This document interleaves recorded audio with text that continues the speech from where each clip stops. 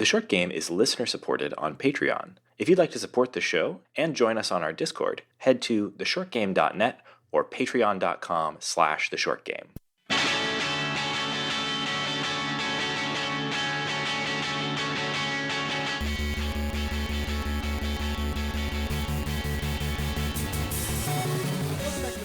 This is a show about short video games, games that respect your time. I'm Raygan Kelly, and I am joined this week by Orb. Laura Nash, the blue orb. And Orb, Shane Kelly. And this week we are Orb. We are talking about Orb.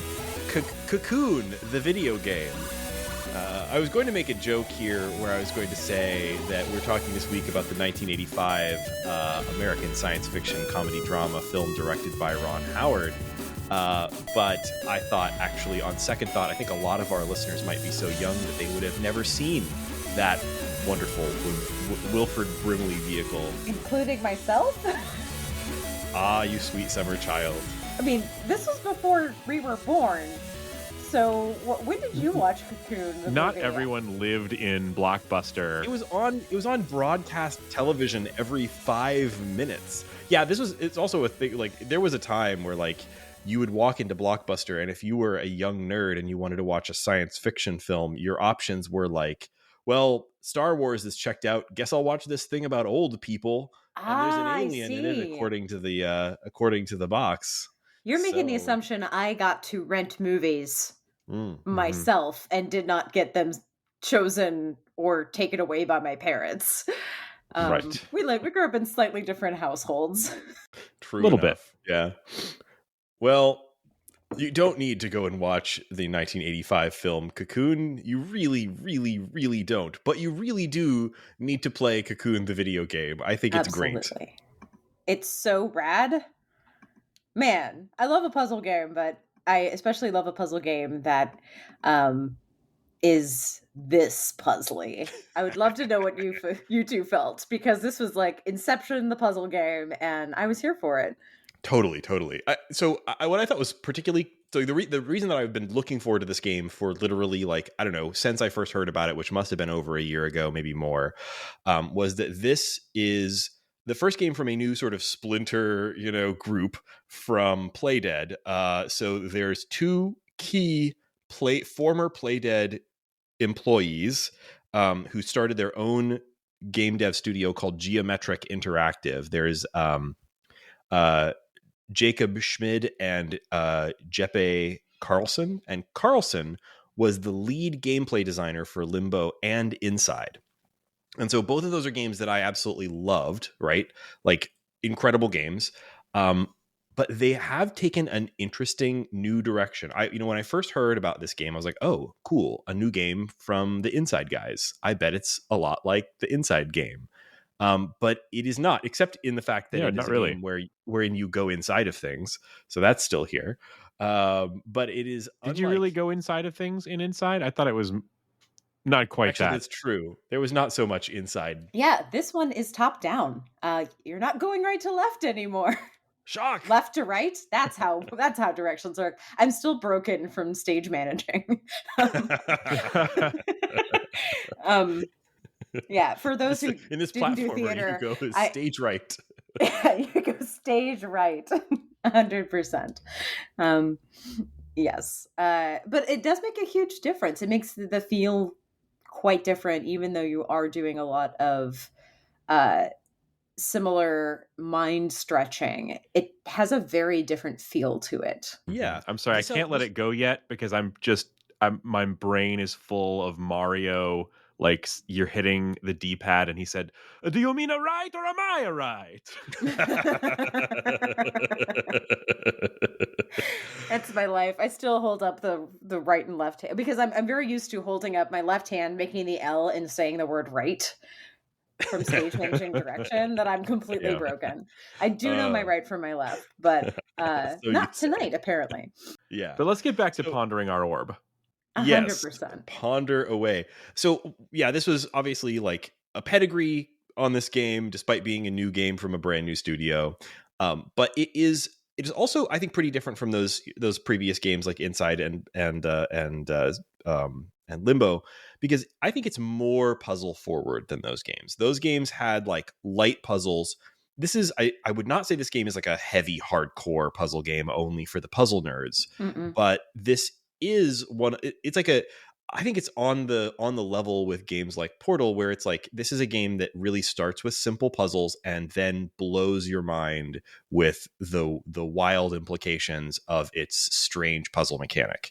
And it's a new puzzle mechanic, at least new for me. The big pitch here is that this is a game, we'll talk about the like visual trappings of all this later. It has interesting theming to go with all of this, but ultimately, this is a game where you're a little guy who can carry around orbs, and each of these orbs is a world in and of itself. And at various places, you can take these orbs and dive into the orb and go into it's. Each of these orbs is essentially its own little planet, and you can dive into the orb and do stuff in there, and then come back out and then carry that orb around. And you'll be interacting with multiple different worlds throughout this game. And many of the puzzles involve doing different activities that require going in and out of different worlds. And in fact, even carrying one world, one orb with you into another in weird nested fuckery that I thought got almost to the point where I couldn't handle it, but never made me feel dumb. Is that like two episodes really cool in a row that you've managed to use the phrase nested fuckery? No, I think I just used it in the Discord about this specific game. I can't think of any other situation where I've used that phrase, but if so, listeners, you may call me on it. I found it really relaxing at times and sometimes very challenging because I think that I've called it Inception, the game, kind of as a joke, but you are going in and out to grab things from one world, go into the next, coming in and out of the shell world. And I think I was also impressed that besides that core mechanic, the other mechanics were good, because I have been in kind of recursive games where the loop was tight, and then when you were in the worlds, I hated doing things. And to me, what made this shine is that I was able to enjoy the movement mechanics, the special power-ups, the flavors of the world, but also the moving in and out worked well. Like, yeah, both worked, and I was expecting only one to, maybe because I've had a lot of games where like not everything gelled that I've played recently. So I was pleasantly surprised. For me, both the worlds themselves were enjoyable and moving between them was. How did it feel for y'all? For me, very similar. The feeling in this game, the way, like as you're saying, like the way it felt just to play it, really took me back to maybe to Eco the most. Like I could see that. Yeah. So in Eco, you have all of the puzzles and so on are related to this girl that you're kind of escorting through everything. And in this, and she has certain abilities and can help you with stuff. In this, your friend is the orb. Your only friend is the orb. And so the for me, the puzzle of the game like really works very, very cool, very well, it's so much fun to just sort of get to that next step. Like every time you have these weird moments of like, what can I bring in or out? How can I get this and this into this place?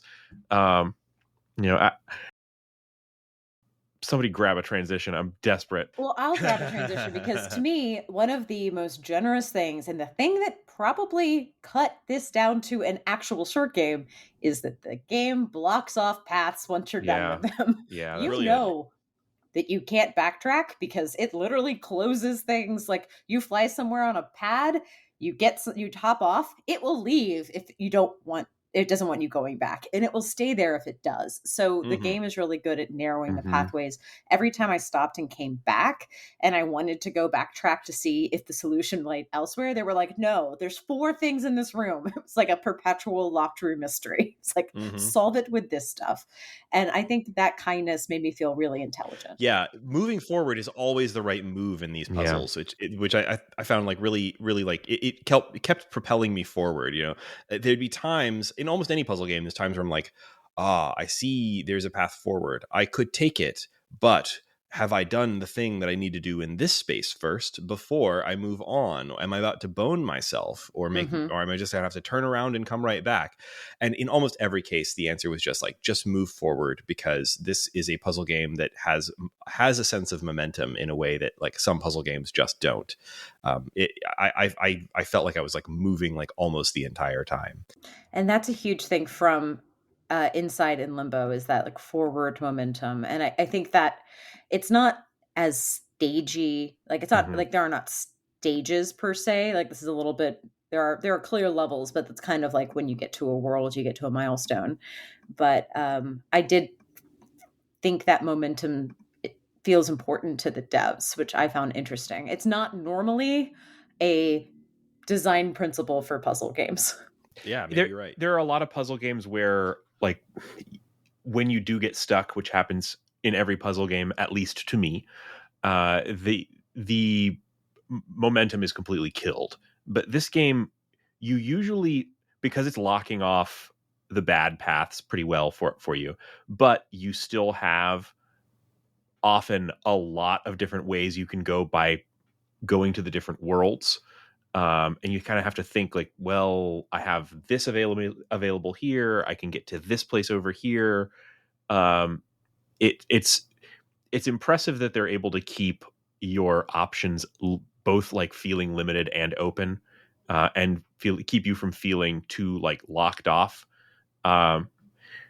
Once you have those puzzles where you start having to bounce back and forth quite a lot between the different little worlds, that's exactly where I started to find places where I would get stuck. Like, oh, I've got to leave something inside one of these in order to move it and get around it. And there are the different kind of lock and key systems. Anybody have... Let's backtrack a little bit and talk about just sort of, we haven't yet talked about the look of the game. Or right. This is a game that almost doesn't have a story.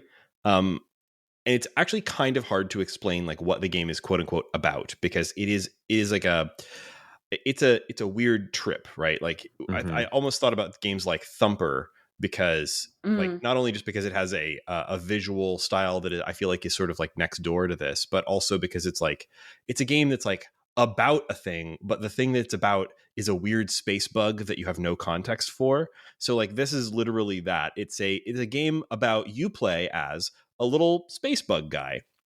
You seem to be born at the beginning of the game from some kind of, perhaps the titular cocoon. I don't know. What is the cocoon in this game? Unclear. Ask Wilford Brimley. But you're born from from orb you are born, and from orb you shall to orb you shall return. You're born at the beginning of the game, I think, maybe, and you are a weird little guy. You're a kind of a bug guy. I don't know. Yeah, like a little bug guy. You've got wings. Yeah, I think he's kind of a little like turquoise cockroach, you know? But I was constantly second guessing whether or not he has arms. It's hard to say at the scale that he appears on screen. It's not like this game makes you have a gun. You never fight. You're just kind of picking up orbs on your back, so you might not have arms. It's a great question. I think he may not have arms, but he certainly has orb grippers. So he can carry the orb on his back, and he doesn't seem to drop it ever. So he's got something, and that's really all you get for the story of the game. In terms of structure, like, you know, it continues to add new orbs. So we start off with one orb, and then, you know, once you've figured out how to move your orb around and complete some simple puzzles, you get a second orb, and you get the interesting idea of like bringing one orb inside of another, etc. And it does eventually start introducing kind of bosses. So one of the things that I think might be weakest about this game is that it punctuates its puzzles with occasional, I guess you would call them boss fights, but since it's not, the game doesn't exactly have combat mechanics, it continues to introduce like different things that you can do. Like everything that you can interact with in this game is shaped like an orb. So it'll be like, hey, you're locked in a room with a giant, I don't know, enemy crab, and you have to manipulate spidery, but 4 legs, or yeah, and you manipulate some orb-like things in order to, you know, hit it 6 times or something. I don't think the boss fights were the strength area for this game, and it especially had some little things that were like interstitial non-boss fight elements. Like it has this one interaction that you have to do occasionally where you have to use this, one of the orbs can shoot out little beams of light, or like bullets of light, I guess. And there's an element that it does maybe 3 or 4 times where you have to do that in quick succession in sort of increasingly difficult, like quick aim and fire kind of mechanic. And like whenever this game strayed away from its central thing of like solving these really quite extremely clever puzzles with the orbs, and it moved into like boss fight or, you know, dexterity challenge or what have you, like every time I kind of like resented it. I was like, let me get back to the orbs, baby. Like, where are my orbs? I kind of was the opposite on that. Yeah, I really liked I liked those a lot. I think you go from a kind of a logic challenge to an occasional not very punishing skill challenge. And the it's important to point out, like, you're not kicked back a long ways if you fail. You're kind of a one hit out on these, but usually it's like only perfecting something that escalates like 2 or 3 or 4 times. And when you are hit, you're thrown out, but you can get right back in. It's like there's almost no waiting to get back in to confronting that boss again. So yeah, you're very much like a little kid that got like thrown out of the room and then just like opens the door and walks straight back in. Like that's the room. To me, I enjoyed them as like a break from the puzzle. It felt like a punctuation mark, because at the end, a break. You got a different the orbs leveled up. You got a special power with the orb. It was like activating the orb. I guess late guardians of each orb. I did have like probably more deaths than I should have, because I was impatient to get back to the puzzling. But I think that on the whole, they didn't bother me. They felt like they were teaching me skills I later used. Like with one of the orbs, I needed to be better at aiming, and then later on, I realized the orb's power was shooting beams of light, and I was like, "Oh, I learned in the boss fight how to aim my trigger to move in a way, and that's the same exact skill I'm applying later." So it didn't always happen that way, but I felt like the boss fights were more themed than many I played, so it didn't bother me as much as it could have. They weren't the most organic, but they were not offensive to me in any way. And I liked the break. You're not wrong. Like they're good. They're okay. But like I think of the parts of the game, they're the part I probably liked the least, which is That's fair. like, and I think I had more trouble with some of them. Like I got quite stuck on one of the bosses, and I was frankly pretty pissed off about it at the time. Once I got past it, all was forgiven. I'm back to the orb, baby. But like, I did my customary, I was pretty pissed off at that thing. I'm getting stuck on a boss. I'm going to go make tea or do something else for a half hour and come back, and magically I'm way better at the game. Like, I think every time. Yeah. I had the ability to do that, though. That is the childless lifestyle I live. That I can just be like, I have endless time to play video games, baby. Sorry to rub it in. Yeah. For me, it's like, wow, the kids are in bed and I'm going to be passing out in 45 minutes. Better beat this boss. So I gotta right now. keep doing this. Yeah. Yeah. But yeah, like, so this is a we didn't mention at the top, this is a game that's out on everything. And I'm kind of impressed they managed to like launch on so many platforms all at once. So this is on let's see, it's on PlayStation 4 and 5 and Windows and Xbox One and Series S and X or whatever, and the Nintendo Switch all at once, which is impressive for a small studio. Like like across the board, multi-generation, every console launch, and it's on Game Pass. Like I had my choice of where to play this.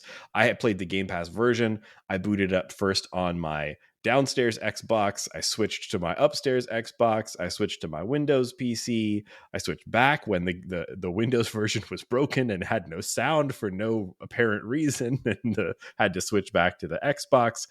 But like, I'm just gonna I just wanted to mention that I thought it was really cool. Like, we don't often play games that get this kind of like multi-console, multi-platform, everything release.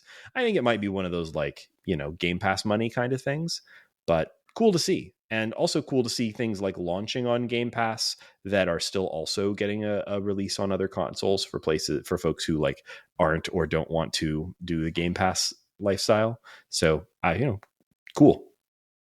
Yeah, this for me was a very good use of the Game Pass. I just reactivated it, played it, like easy peasy. I think I was very happy to play this on my big, beautiful projector. It looked so cool. This game is super tactile and mechanical, like everything like clicks and clacks and moves, and there's a lot of flourishes. Something interesting I heard about the sound design is that like the guy who did the sound for this game, he's primarily a composer and musician, and not really like a sound design guy, or hadn't done that before, I believe.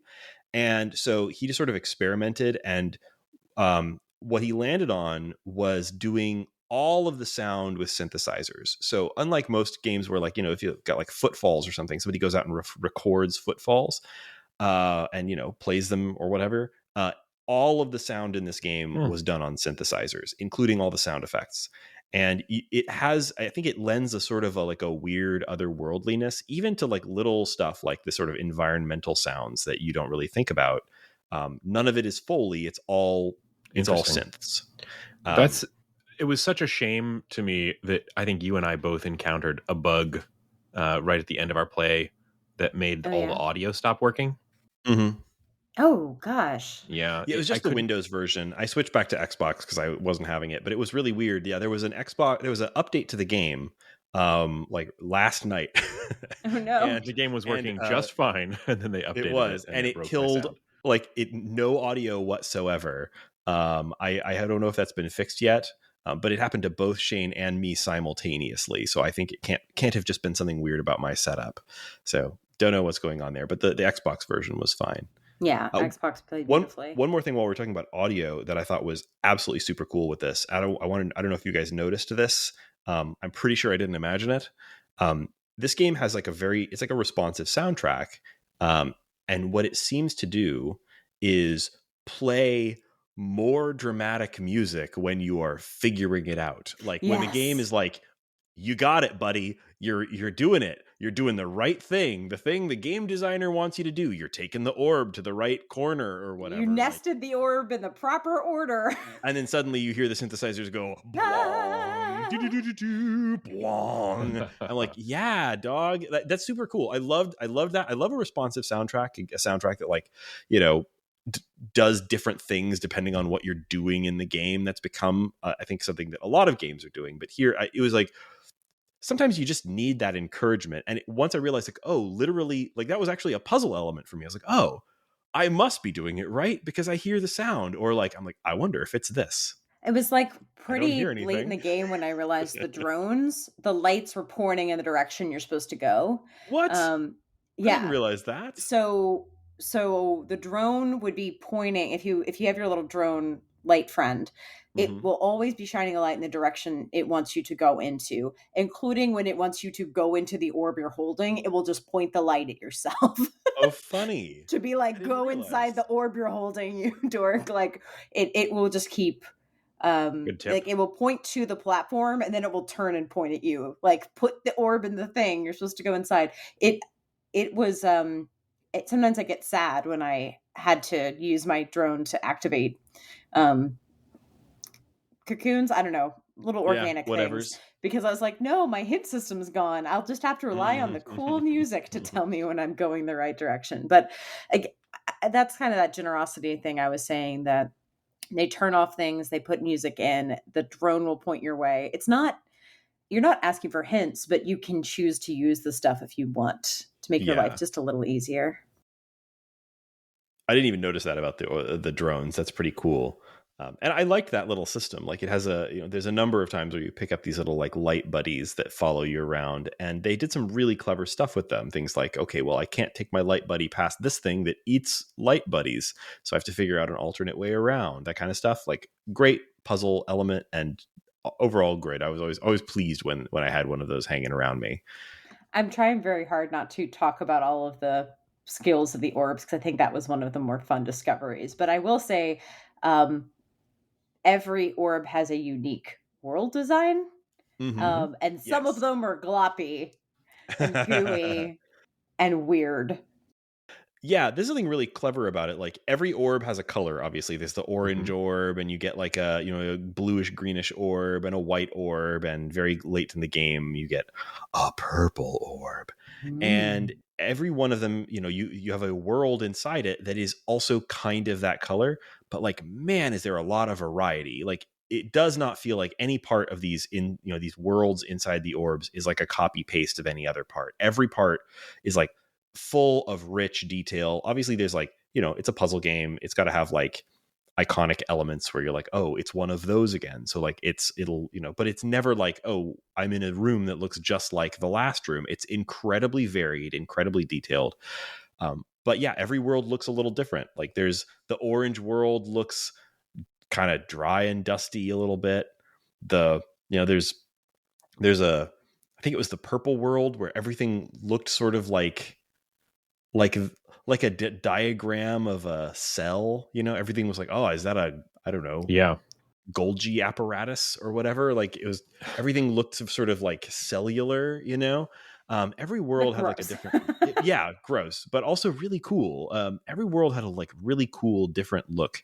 And that was really useful because it also helped keep you oriented. Like you would never forget, like, oh, I forgot I was inside the white or purple or whatever orb. You always know where you are, kind of.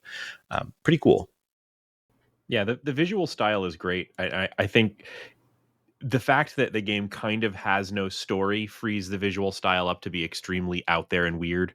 They can present you with all of this bizarre orb-based technology, and you're just like, okay, obviously the door opens because of the orb, and you stand on things.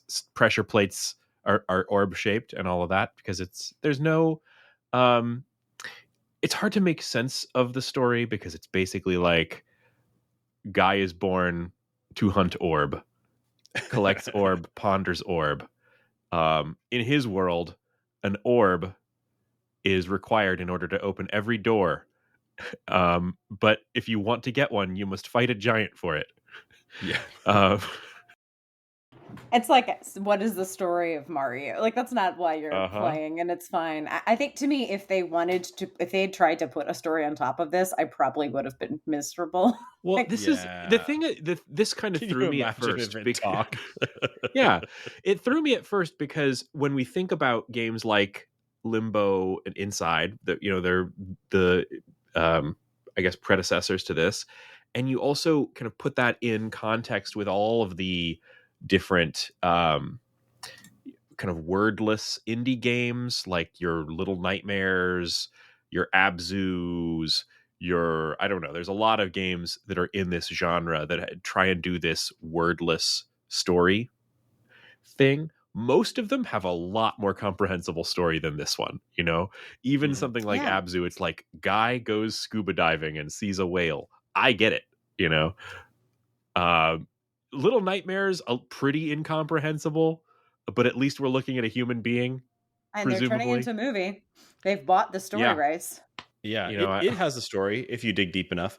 I think this one, it's like the story is kick-ass album cover, right? Like that's the whole of the story. Yeah. I mean, it's just a nice wander through a weird world where the puzzles are the central focus. And to me, but it's like, that doesn't say like everything has sort of an evocative weird nature to it where you're like, I wonder what that is. But you're not like you're not wandering off the path to try to pick up a note from someone's dead mom. No. You are just like wandering off the path to see if there's a fork in the road. Like you're literally there's a moon ancestor. Did you guys get any of the moon ancestors? I got many moon ancestors. Always by accident. What? Shane, look at this guy. There's an achievement. The chump didn't get any moon ancestors. What's a moon ancestor? If you go off the path, you sometimes release things and then suddenly like a creature will pop out and you'll get an achievement that pops up and says you released a moon ancestor. Oh man. That's the real story of this game. as like, Mm-hmm. Dude, wouldn't it be cool if, the whole universe were just some bug's Metro card and he was releasing moon ancestors? Yeah, buddy. I did not get nearly all of the moon ancestors. They're all pretty, I think, cleverly hidden. There's little things like How did I miss like The all little of oil those? stacks, they're the little balls of oil that are floating on top of each other like a oh yeah, little those string of things. pearls. Yeah. Those go towards the moon ancestors. Hmm. So Those are they're kind of like your signals. slightly hidden most of the time, or they'll be like things like, well, okay, I've come into this area and there's a clear thing that I need to do here, but I could go over there. I could Mhm. walk for about 5 minutes and find a moon ancestor, and they're all just sort of like the puzzle of them is just like finding where they are. They're almost like Korok seeds or something, where it's like the puzzle is like getting to them. It'll be like, oh, I couldn't tell that there was a door here because of the perspective, or getting over here required me putting my orb into one of those weird funnel shoot things, but the funnel shoot thing was kind of behind something, so you couldn't really tell it was there, or just like, I didn't know I could walk this far, and then you get there and you activate a thing and a weird bug flies away, and Yeah, there's literally no real bonus except they are like they're like little dots. Like you can see them in the end, like how many you collected per orb. But there's no like secret ending if you get them all, and it does nothing end game, right? Wow, that's good to know, because I definitely only got like, I don't know, 5 or something. Not that many. I'm pretty sure I left a lot of them on the table. But I think that's fine. It was cool to see the ones I did happen across. Yeah, and there were someone online was like, there's a secret ending, and I was like, I don't want to look this up. So if anyone is listening to this podcast trying to hear about, I don't even know if it's real or not. So this is not the podcast to hear about a secret ending, but there are rumors if that is something you want to look up. I am kind of interested. I might look that up, but I gotta say, like, I don't think I'm tempted to replay this one. Like, it's beautiful, it's cool. When is Maybe that I'll ever the replay case it for in, like, puzzle games? That's true. Yeah, like that's really the thing. Like I'd probably replay Inside or something like that before I'd replay this, just because Yeah. it's I feel like, I don't know, like I don't feel like resolving these puzzles, but I just loved the visuals of this, so I would watch a YouTube video of like alternate endings or something. But I don't think I'd ever replay this a second time, unless I maybe give it 5 years until I've forgotten it all. Oh, it's like a super secret hidden ending. It's like a Undertale, like going into like it's that kind of like you got to do weird stuff for it. So Yeah. Does it? Okay. Do they have you deciphering the bug language or something? I don't know. I mean, I looked Not it up and it at was all. something about like There's definitely a lot of like writing all around, and it seems like the kind of thing that there's probably some. Oh no. If that's a thing where, like, read all the writing and like decipher all the writing in the game and you learn really what the story is, I almost don't want to know. That's not. I don't think that's the case. I mean, I like the lack of story in this game. Yeah. I love a world building game, but the world in this is I like being in the world. That's hard for a puzzle game. They can feel so samey. Often the skin and the art design is such an afterthought. It's just okay, now everything is tinged purple. This felt a lot better. Again, maybe it's just because it's so physical. Like everything moves, everything unlocks, everything like has a really cool animation. Like I didn't miss the story, and I normally like need a story in a lot of games. So yeah, no, I thought this was refreshing, and it's so unique. Like the visuals are so unique. I like really struggled to think of anything I could compare it to in terms of the visuals, and literally all I came up with was like weird album covers from the 1970s, and like maybe like for whatever reason Thumper kept coming up in my mind, but it's probably literally just because it's a shiny bug in space. Like that's the lighting, like the color, the neon-y nature of the orb's lighting feels kind of Thumperish. Yeah, but like that's a pretty like far comparison. I don't know what else to really compare this to. I just think it looks really cool. I was very into its whole visual style. Extremely good aesthetic, beginning to end. Yeah, so cool. And that really carried the game. Like I didn't need it to have a story. because it really, I was just so interested to see what the next thing was going to look like. You know what I mean? Yeah, the bosses to me were a great example of that motivation. Like that's why I continue to be surprised you don't like those bosses, because you would complete the section of puzzles and then it just felt like such a treat to see the big weird bug and fight it. Each one of them was very strange. Also, again, I'm so mad about the audio bug, but the soundtrack to this is so good, especially in those boss fights. Yeah, that was good. Yeah. I didn't mind. Justin was making dinner while I was failing repeatedly on one of the boss fights, just because of like execution. I was like, I know what I'm doing. I just I'm not warping fast enough. And he just comes. He's like, I really like this track. It's like, great, because you've been hearing it for half an hour. and I didn't get sick of it because I liked the music. Had that been annoying, I would have probably been way more frustrated. I was playing this with my wife in the room and she was not a fan. She was like, what is this music? Very not into that much synth. Yeah, maybe. I don't know. I think I was at some like slightly dangerous part, maybe a boss fight or something. And it was getting a little repetitive for her. I felt kind of bad. I'm not sure what else there is to say about this one other than that, like, I think this one gets a very high recommendation from me. Like, I would recommend folks check this game out. If you have Game Pass, this is a no downside. Like, immediately go out and download this. Like, this is awesome. And even if you don't, like, this is like going to be on a short list for a lot of people's games of the year. I think it's definitely in the ballpark of, like, you know, it's definitely going to be on my short list. And I had a wonderful time playing it. I don't have a reliable time, like, hour count on it for me, because Game Pass just simply doesn't really let me do that. Also, I played it across a couple of different devices, so I'm not really sure. Do you guys have a sense of how long this game was for you? I only made it to about 81%, but I think I spent about 4 hours with the game. That seems about right.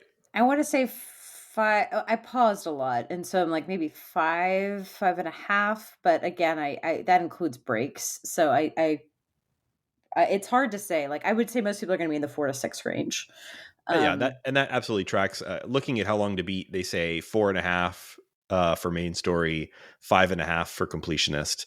I think, probably somewhere in the range of 5 hours is probably accurate for me too. And I will say, this game is so fun to play if you've got a partner who likes puzzle solving. I think probably my favorite hour and a half was the last hour that I sat by Justin and we kind of yelled at each other like, oh, put this in this. Oh, go to the left. No, go to the right. Like, we kind of were very hyped to play the last hour of this game.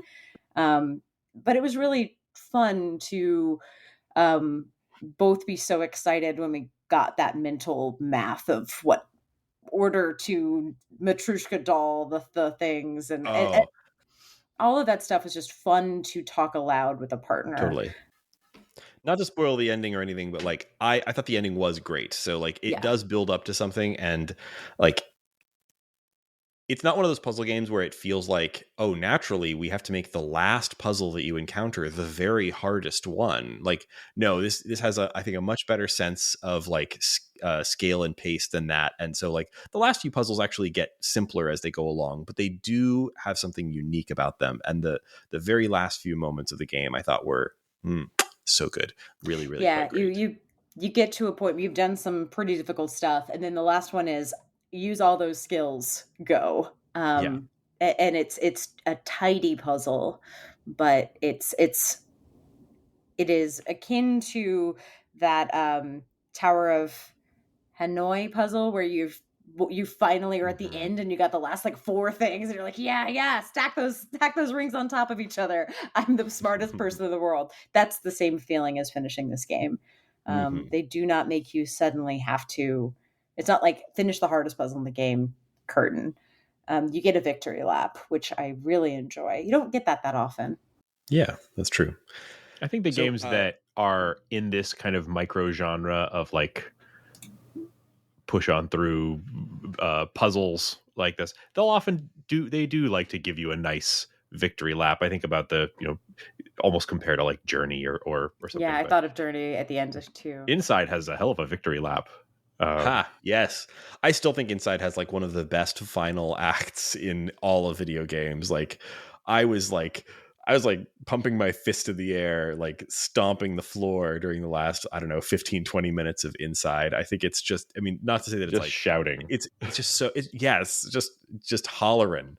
Loved it. Such a good ending. Yeah, this was us hollering at each other. Yeah, I finished this way too late at night to do any hollering, but maybe internally. Any last thoughts on Cocoon? Like I said, I think it's a great game. I think everybody should check this out. 5 hours or less, and it's on all of the things. So you definitely have a device that can play this game if you're listening to this podcast. Despite boss battles, it's very combat light. Yes. I would there are no guns. You fight bosses, but they are bloodless. So no guns, I think only orbs. Only orbs. Well, we've got a little bit of time left here at the end. Shall we do a quick what's making us happy this week? Sure. Yes. Shane, what's making you happy this week? I will shout out an anime that you put me onto. I really enjoyed the first season of Frieren. I forget the subtitle. Frieren Beyond the Journey's End. Beyond the Journey's End. Yeah, so this was a fun one. Thanks for kind of recommending it. I know it's got a lot of... I know things are crossing over when I start to see it on my other social media, stuff like that, which isn't usually going to put me onto anime unless it is getting to the level of a mini phenomenon. And this one seems like it is. It's a anime about... kind of you've got your traditional Dungeons and Dragons style adventuring party, and just before the beginning of the first episode, they have slain the Demon King and saved the world forever. And the story then kind of follows as this party kind of breaks up and says, well, what are we going to do with the rest of our lives? I guess I'll see you around. And our lead character is the elf mage Frieren, who just kind of hasn't really put a lot of thought, it seems like, into the fact that she's going to live for like 10,000 more years, and her new best friends are probably going to live another 50, 60, whoever knows. And, it's kind of takes a lot of these really long montages where you get this kind of slice of life element of, what it's like living for 1,000 years or whatever, for being a long-lived elf in a fantasy world, who kind of seems to have not much to do, as she kind of figures out what she's going to do with the rest of her life, and kind of also comes to terms with the fact that things are getting away from her in terms of time, and she doesn't have the amount of time she might like to really reminisce on years that it turns out were very important to her adventures with her friends who are growing old before her eyes while she doesn't change. And so it's an interesting anime. It does get a little bit more conventional as it goes along in season 1, but I think it has a really fantastic start and a lot of potential. So I was enjoying it. I think I've seen about 7 24-minute episodes of it, and getting a sense of how it's going, and I'm enjoying it. Yeah, they're up to episode 9. I think it'll be a 12-episode season, and I hope it gets a second one. I was really, really enjoying it too. So yeah, and it also it has a like a especially meaty first episode. It's like a 90-minute or something, like first episode. I forget, but like quite long for. They did this like a whole like a intro. I don't know why this model, but like they did like a almost like movie length first episode. Maybe it was just 60 minutes, but it was like double length or something. And that was really great because the first episode is phenomenal. Like it's great. It's beautifully animated. And like Shane said, it does get more conventional as it goes along, but like it still stays interesting. And by then you're really bought in on these characters. So you're willing to like watch them do some anime bullshit. So I really liked it a lot. Yeah. I was going to make just, because Shane's got the anime covered. I'll be. You're going to talk about magic cards, right? I was going to be another version of the parody of myself and say like that I know I've talked a lot about like little gaming handhelds on this show a lot recently, but I was going to say that I got back into the DSi recently. I just picked mine up and started messing around with it again. If you don't have access to a good device for playing Nintendo DS games, then might I suggest the DSi? You can get a DSi for about $40 on eBay, which is an incredible deal because they are easily soft moddable. You can, go through a handful of steps and in about 15 minutes have them playing, any DS game that you want off of an SD card with no additional equipment required. It's a really simple process these days. And they are so I previously, before I had a DSi, I played all my DS games on the 3DS, which can certainly play 3DS games, but the scaling is terrible. So like if you care about DS games like playing well and looking good, you probably actually shouldn't play them on a 3DS. You should probably play them on one of the DS systems, either a DS or a DSi. And the DSi gets overlooked because it was sort of like the weird like mediocre update to the DS, right? Nobody bought one. But they're very inexpensive. But how many of them do you own, Raygan? Shane, how dare you ask that? I own two. I have the DSi XL and the DSi regular. I recently bought I had the DSi XL already. I bought the smaller one because I got a good deal on a green one and I thought it looked green and cool and green. That's minorly tempting because I will say my 3DS XL has not been used very much since I played Luigi's Mansion on it and finished it because I love the game, because the weighting of it makes it is more tiring to hold that device than my Switch.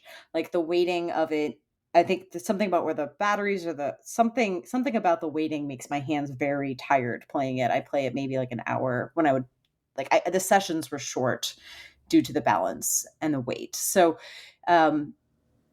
versus like a Mii U Mini where I could play that thing for hours and hours and it would never make my hands tired. I guess I have very weak little hands, but I still have the games I bought for the 3DS, and I still enjoy playing several of them, but I haven't gone back to the physical ones because I don't enjoy holding the handheld for more than an hour. Quite frankly. That is the problem. Yeah. Well, the DSi is very lightweight. That's another benefit of it. So if you get the regular size DSi, like I said, they're cheap. And they're cheap, and it's small, so I can hide it, and I won't get caught having bought another game console. Yeah, my wife Justin hasn't discovered my new DSi yet. Yeah, and they just like last forever. Like, mine has an original battery from back in 2006 or whenever the thing was manufactured, and it's fine. So, so I would, and if you need a game to play on it, I've been going through one of the Castlevanias for the DS. There are 3 DS Castlevania games, and we've talked a lot on this show about how like there's not enough short Metroidvanias.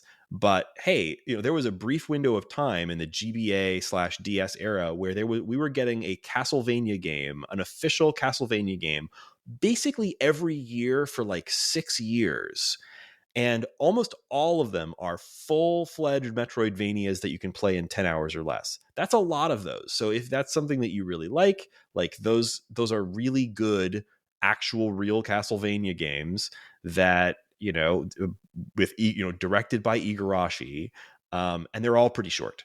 So I'm working my way through Order of Ecclesia right now. Harmony of Dissonance for the DS for the GBA is my favorite, but like Dawn of Sorrow is also pretty good. There's some other I forget, like there's a lot of these. So that if you need a reason to pick one of those up, that might be it. Anyway, Laura, what's making you happy this week? So I've been reading quite a lot the last couple weeks, and I think I needed a break between after an incredibly heavy novel, and I picked up ebook library copy of MCU: The Reign of Marvel Studios, which is a nonfiction book by a podcaster I enjoy, several podcasters I enjoy, and it's just industry gossip about Marvel.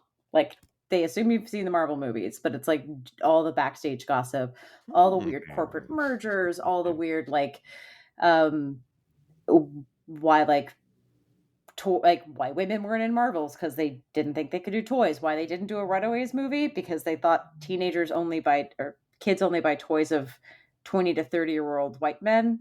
Like, just wild. You're like, oh, this is how decisions get made. Two people in power have a stupid opinion and they run things, and it's just that at scale. And you can actually see decisions in the history of the company leading to the current state of Marvel. Like, this is what's happening. Suddenly someone's in charge of everything and can't look at scripts anymore, and oh no. Like, it is a real life story. So if you like backstage like industry drama and you for some reason haven't been following it over time, like, it's a really nice way to read something that's very culturally influential. I'm not a huge Marvel fan. I like them, but I haven't seen a lot of the recent stuff, but I find it really fascinating, like how two people arguing over lunch like ends up with a billion-dollar movie. So give it a read if you're interested. It's also very easy to read. Like, who doesn't want to hear about like how things actually went down? You don't need to know names. They explain to everybody who is. Like, if you don't know who Kevin Feige is, it will explain. I kept being like, ooh, fun fact. Did you know that this happened on the set of Black Panther? That story is that apparently there's the big, like, Black Panther was a very well-run shoot. But the one weird thing that happened was when everyone was fighting in the big waterfall thing, day 2 of shooting, everyone's rubbing their eyes. Day 3, everyone has red eyes. And they're like, oh no, there's parasites in water. And they get everybody, they test it for pathogens. There's nothing. They cannot figure out what's wrong in the water. They bring everybody back. It starts happening again. And it turns out the water was reflecting the lights. They had lights really bright to make sure that the Black actors showed up on set. And they were sunburning people's eyes. Ugh. And I was like, oh my God. And so they just had everyone wear sunglasses. They're like, yeah, we didn't think about that because, and I was just like, wow, like, it's that kind of thing where you're going to learn, like, not anything about like the dumb Infinity Stones, but you're going to learn really cool, like, odd shooting things that happened about like who liked who and who hated who on set, and the fact that like which one of the actors is best at stunts and all that kind of stuff. It's juicy, man. It's just very juicy. That's really also cool. You're like, ooh, the villains are like, people are heroes and then they're villains, and it's very fun. That's so fun. I out of all of that, the thing that really stuck in my brain was like, it never occurred to me, why haven't they done a freaking Runaways movie? That would be so good. They had a very good script, apparently. It was going to be before the first Avengers. They had a Runaways movie that everyone was like, wow, the script rules. And they didn't do it because the person who was the head of Marvel said that nobody bought toys of teenagers. And they killed the movie. And the excuse they gave externally was, we're not doing any movies that don't tie into the Avengers. But that was just an excuse to cover up why they paid for a script and they didn't shoot it. That's too bad. Maybe they'll come back to it. I think it's still. They made a Hulu series, which was pretty good. Oh, somehow I didn't know that. Well, because it's on Hulu. And Marvel also kind of disowned it because it wasn't on Netflix or Disney Plus, and because they don't have the rights to it, they can't do anything within it, so they stopped shooting it. What a shame. Yeah. Yeah, so they did shoot a Runaways series, but because it ended up on Hulu, they like legally can't do anything with that. Yeah, that sucks. Well, now Disney has an operating stake in Hulu, so maybe they'll come back in. Like, that's the thing about this book, is it's like who Disney buys ends up being what characters Marvel can shoot. It's all very strange. Have you seen this article that was in Variety this past week about the disaster at Marvel? Oh yeah, that's like the coda to this book, because the book was published like mid-September, and this is like the last month. Some extra stuff has gone down.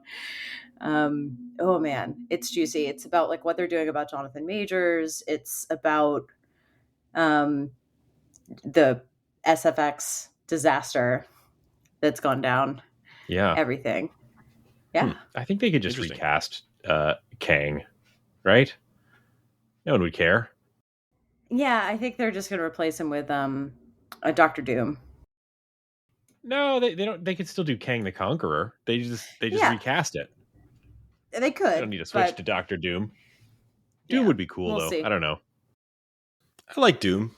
I'm in favor of Doctor Doom. But The reason he's Hulk so tied to doesn't the have any Fantastic movies- Four, and the Fantastic Four have always sucked on film. They did this as a we hate Edward Norton. So they recast Mark Ruffalo, but they weren't allowed to do any Hulk in its own movie because of legal things. And so that's why Mark Ruffalo just keeps showing up in everybody else's movie. Because the Hulk can't have more than X percentage of screen time, or else they have to give people money associated with the Edward Norton movie, and they're so petty. They're just not doing it. That's so funny. I think I'm the only fan of that Edward Norton Hulk movie. I think it was good. I thought it was a good movie. They hated working with Edward Norton because That's too bad. Yeah. Well, if you want more of the Marvel gossip, which I certainly don't have, hit Laura up on our read Discord. the book. Yeah, or just read the book. You can find Laura on our Discord by becoming a patron of the show. You can go to shortgame.fm. That's the page with all the details about our show. And from there, you can jump to patreon.com/theshortgame, the place where you listener, can become a patron subscriber to our show. And for the low price of $3 a month, you can become a part of our Discord community. That is the main benefit of our Patreon, apart from our glowing warmth of our hearts directed in your direction. But if you join our Patreon, we'll immediately get you access to our Discord. That's where we talk about the show, plan episodes. We've got a channel there for IFComp chatter right now. We're still talking about Baldur's Gate 3. You can come in and suggest games. It's the number one place that we get suggestions of games for what we cover on this show is our Suggest a Game channel in our Discord. So we love people joining us there to suggest games. You can, of course, suggest games to us other places too. Shortgame.fm has details on how to contact us. You'll find us there. Let's see, you can find me on the internet at Raygan.me. That's RAYGAN.me. And you'll find links there to all of my socials, including Mastodon, which is probably the one that I use the most. Laura, where can people find you? You can find me on X occasionally at Laura J. Nash, on Blue Sky the same, and Mastodon, Laura J. Nash at bird.radio. And Shane, where can people find you? You can find me at Raygan.me, and if you click through to friends and family there, you can find me on Mastodon at 8bit Shane. No, shoot, on Mastodon at Shane at bird.rodeo, and on Threads at 8bit Shane. And listeners, thanks again for joining us on this episode of The Short Game.